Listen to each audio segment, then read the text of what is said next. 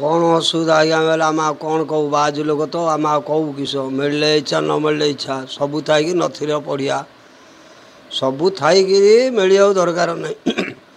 महापुर सामान हेल्ले ठीक आई मिलवा नहीं आम कथा तो छाड़ गला आम से परम जमीन जा बाजिता हाँ सब जिन सब अच्छी कौ कि न था नथियाड़ पड़िया जी सब जिन अच्छी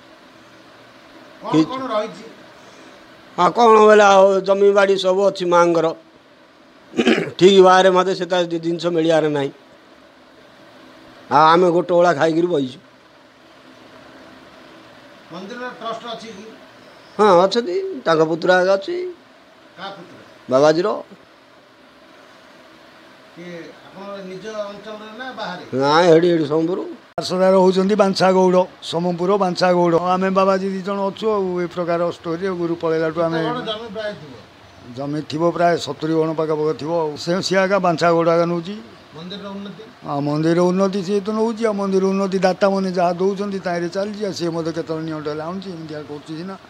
भरीपूर्ण ना आमर आउ समस्या कौन आज्ञा आम जो 24 घंटे गोटे थर प्रसाद टी मिलूँ खाऊ अच्छु आम समस्या एमती बड़ कष्ट हो ना आम गुरु भाई ना हूँ अवधूत बाबाजी बुलू दास आम ना हूँ अवधूत बाबाजी बनमाली दास आमर परिचय बेले आम तो ये जन्म हो दी लो जाक गोटे गाँ आगा यही माटी जन्म हो माँ सेवा करी बाबा गुरुदेव गलापर आम अच्छु स्थायी कि ना असुविधा सबू प्रकार असुविधा हो खाइबाटा आम बाबाजी लोक तो गोटे 24 घंटे गोटे थर मिलूँ प्रसाद करके दुखे कष्ट रहीचु आगे तो अंध मु तो छोटा आम दिन जाक अक्रमणिया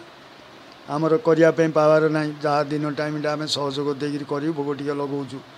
और राति टाइम कि आम करूँ हो पार्न खाई पार्न कौन करूँ स्तर में चलती मठर सब अच्छी किसी असुविधा